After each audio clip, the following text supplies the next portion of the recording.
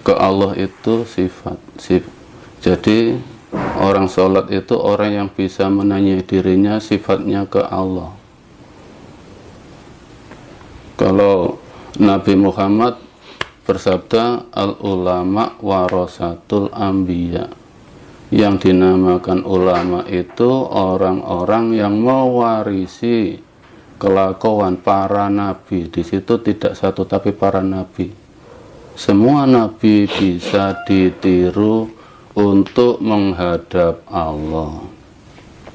Cara sholatnya Nabi Adam itu hanya dengan berdiri. Di situ nggak ada baca-baca, tapi niatnya hidupnya untuk Allah. Kalau Nabi Nuh sholatnya dengan duduk tahiyat. Oh, sholatnya Nabi Nuh dengan duduk tahiyat. Di situ pun menyerahkan hidupnya pada Allah.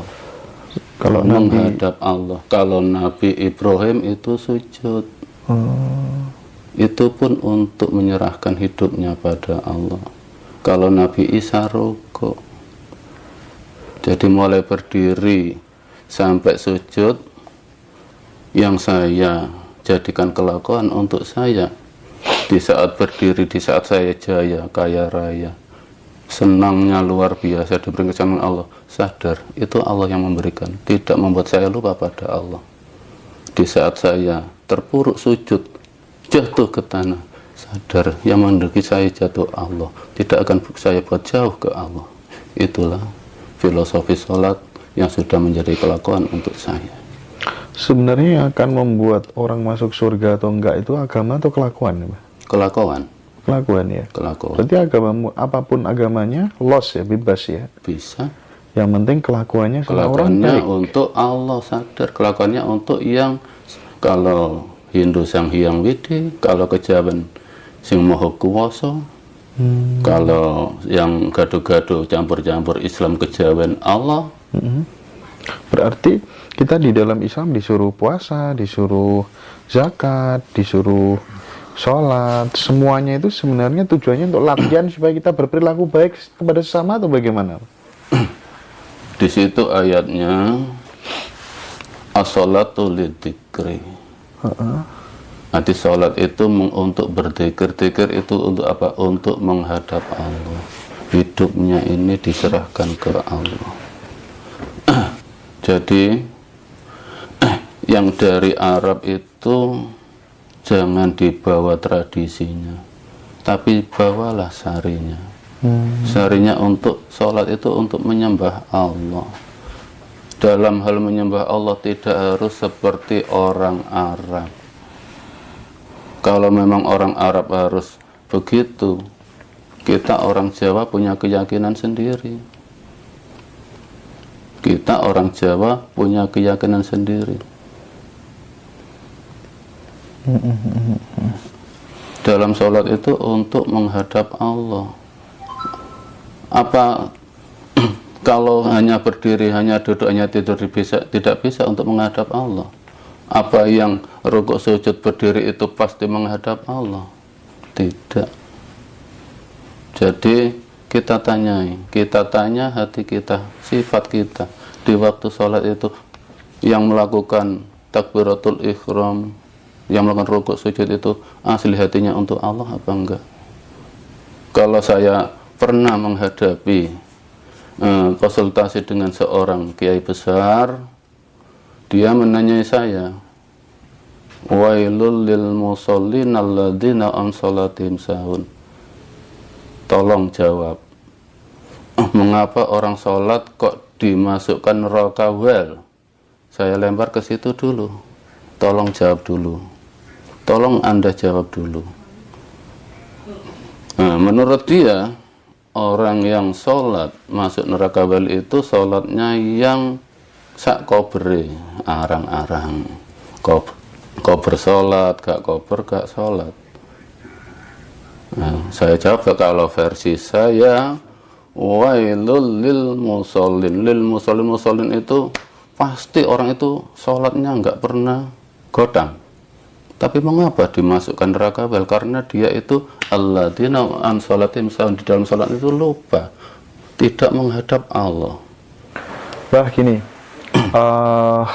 saya meyakini ya bahwa ketika seseorang itu levelnya sudah tinggi ya, entah itu level spiritual atau level beragama, maka dia tidak akan pernah membenci siapapun. Dia akan mencintai siapapun tanpa syarat. Mencintai siapapun tanpa syarat. Apakah itu sebagai perwujudan bahwa sesungguhnya orang itu sudah bisa bermakrifat, atau memang sudah bisa memandang seluruh makhluk itu serupa dengan dirinya, merupakan wujud dari keilahian, atau bagaimana, Pak? Kalau versi saya, ya nggak ada urusan sama marifat. Ini saya katakan lagi, Al-Quran itu bahasa sifat. Ayat pertama yang Allah turunkan pada Rasulullah, yang harus dilakukan Rasulullah adalah Iqra bismi rabbikal ladzi khalaq. Iqra, bacalah dengan membawa nama Tuhanmu yang sudah menciptakan. Jadi di sini Rasulullah menerapkan kelakuannya apa? Dia hanya bertablek, ditolak orang macam apapun, sadar Allah yang memberikan watak dia. Iman itu hak Allah, bukan saya, hanya bertablek. Jadi tetap kita sayangi mereka. Cacat apapun mereka, itulah pemberian dari Allah kok kelakuan mereka. Kita tidak bisa merubah kelakuan mereka, yang merubah Allah. Iman itu hak Allah, bukan kita yang merubah. Jadi mereka tetap kita sayangi. Kalau sekarang ini nggak iman, siapa tahu lain waktu iman. Kalau memang sekarang ini dia tidak iman, siapa tahu anaknya iman. Tetap kita hormati pendapat mereka, keyakinan mereka, kita hormati. Mereka tidak harus yakin seperti kita. Kita hanya mengajak ke Allah. Kalau ditolak, ya silahkan. Allah aja sifatnya berkehendak, bukan memerintah. Kalau Allah memerintah, sifatnya manusia. Contoh kru emas, ya emas perintah untuk mendapatkan gaji. Kalau Allah sifatnya memerintah, kalau tidak patuh, mengapa mereka masih diberi makan? Berhubung berkehendak, tetap mereka diberi hidup, diberi rezeki, diberikan mobil, walaupun nggak iman. Tapi di situ i'malu ma'astutum ya selakonon sakarot, tapi innallaha bima ta'maluna basir. Nah, di Al-Quran ayat itu terkandung faedah istidraj dalam ilmu sorofnya. Apa? Dilulu, digonggong itu apa bahasa Indonesianya? Saya nggak tahu. Pokoknya dilosdol lah oleh Allah. Dilosdol oleh Allah. Karena mereka tidak sadar. Sebetulnya hidup itu nggak pernah mati. Yang mati itu jasad. Hidup nggak pernah mati. Yang mati itu jasad. Yang menentukan kehidupan selanjutnya dengan jasad yang baru itu hidup kita di dunia. Kalau nggak mau menuruti kehendak Allah, ya rasakan kesengsaraan di kehidupan yang kedua, gitu aja. Jadi kita mengajak, menyampaikan untuk Allah, rileks aja. Ditolak orang, dicaci orang, nggak pernah merasakan sakit hati. Karena itu ayat-ayat Allah, semua ayat Allah. Iya. Bahwa seperti apa kemudian bentuk kehidupan yang kedua, yaitu urusan nanti. Urusan mereka. Tanggung sendiri. Iya. Berarti kalau panjenengan memanai hidup ini, sebenarnya yang paling utama kalau diperas itu apa kira-kira? Hakikat hidup itu disuruh apa kalau diperas? Diperas ya sadar kita ke Allah. Sadar kepada Tuhan yang menciptakan kita. Iya, kan dari ayat Al-Quran, apabila ayat Al-Quran dibaca akan bergetar hatinya. Mengapa bisa bergetar? Mengapa orang mendengarkan orang tadarus dibacakan ayat kok tidak bisa bergetar? Karena mereka memandang bacaannya tidak sifatnya Al-Quran. Sifat Al-Quran itu apa? Bukan bacaan, tapi sadar. Inti Al-Quran sadar. Di waktu kita dihentak takdir yang luar biasa sakitnya, inilah bergetar, bergetar sadar, ya Allah, jenengan ya Allah yang paling takdir ngaten lilo. Itulah bisa bergetar. Di saat kita jaya bergetar. Al-Quran itu sejalan dengan hidup kita tiap hari. Kalau dalam Al-Quran ayatnya gini, maaf ya kalau saya singgung luar sedikit aja. Umumnya kan orang itu kalau mengebabkan syukur langsung dipenggal tengah ayat. La in sakartum la azidannakum wa la in kafartum inna adzabi lasadid. Jadi mereka memahami bersyukur itu kalau mendapat kenikmatan aja. Biar ditambah nikmatnya, biar ditambah rezekinya. Sekali lagi Al-Qur'an bukan untuk finansial, tapi untuk iman. Awal ayatnya tidak dibaca. Awal ayatnya apa? Wa itta'adzana rabbukum la in sakartum la azidannakum wa la in kafartum inna adzabi lasadid. Wa itta'adzana rabbukum. Wa itu dikala saat ini. Dikala saat itu saat ini. Dan ketika saat hidup kita ini, itu saat ini, tidak nanti. Saat ini atas izin Allah hidup kita ini. Ta'adzana dengan izin Rabbukum itu Tuhan yang merawat kita. Robba kan yang merawat kita. Ya inilah Allah memberikan kehidupan, memberikan fasilitas pada kita saat ini. Ya saat ini enak-enak itu asli dari Allah. La in sakartum, kalau kita syukuri di saat kita misalnya enak enggak enak ini akan ditambah ditambah nikmat imannya.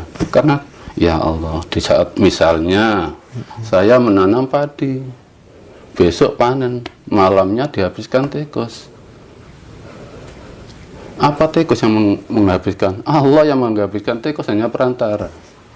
Di saat itulah itta'adzana, ya Allah, dengan izin jenengan tikus ngentelasaken menghabiskan padi saya.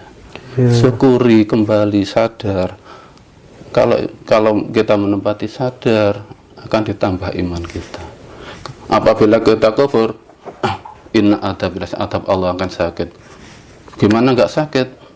Besok panen sekarang ya, kaget nggak sadar kalau yang menhabiskan itu Allah, tapi tikus sakit jantung, mati. Kadangkala stroke. Inna adab Allah lebih pedih. Kadangkala ditakdir jualan sepi, nggak sadar itu Allah yang memberikan sepi. Mencari kambing hitam, akhirnya apa? Mencari amalan, mencari syarat, keluar imannya. Adab yang datang apa? Imannya hilang. Jauh dari Allah karena tidak terima dengan takdir. Iya. Kira-kira ibadahnya Nabi Ibrahim dulu seperti apa kira-kira? Ya menyembah Allah. Dalam Al-Qur'an kan, kira-kira? Dalam Al-Qur'an Nabi Ibrahim contoh pencarian. Dikala melihat matahari, dia mengira dia Tuhannya. Begitu matahari terbenam, saya tidak menyembah sesuatu yang terbenam. Di saat melihat gunung, ya gitu. Akhirnya turun apa? Ini wajah tu wajhiya lillati fataras samawati. Saya hanya menghadap pada Allah, baru bisa menghadap Allah dengan bimbingan Allah. Sholatnya Nabi Ibrahim kira-kira seperti apa waktu itu? Kalau sholatnya Nabi Ibrahim itu dengan bersujud, hanya bersujud. Bersujud ya? Iya. Bersujud. Tapi kan kadang tidak masuk akal ya jika kemudian Rasulullah menyepi, padahal itu adalah fase di mana kemudian ada anugerah yang sangat luar biasa yang diturunkan kepada seluruh umatnya, dan itu kemudian dianggap sebagai sesuatu hal yang tidak bisa ditiru gitu kan, tidak masuk di akal kadang, Pak. Ya bisa ditiru, tapi alangkah baiknya yang ditiru itu setelah Rasulullah sempurna menjadi Rasul. Rasulullah sempurna menjadi Rasul itu setelah mendapatkan wahyu. Sebelum menjadi wahyu, belum menjadi utusan. Masih orang biasa. Masih orang biasa ya. Namanya belum utusan. Iya. Oke. Disahkan oleh Tuhan menjadi Rasul itu kan, kalau tidak karena budi pekerti dan perilaku-perilaku yang layak ditiru kan ya nggak mungkin orang bisa dipilih jadi kekasihnya Allah. Rasulullah itu hanya jalan keluarnya Al-Quran, contoh manusia yang melakukan Al-Quran. Makanya di usia 8 tahun dia dibersihkan oleh Allah melalui malaikat Jibril untuk menerima kemurnian Al-Quran. Di usia 40 itulah Rasulullah mulai menghadap Allah dengan kemurniannya. Iya, iya. Kita tiru kemurnian Rasulullah. Rasulullah tidak pernah bersandar.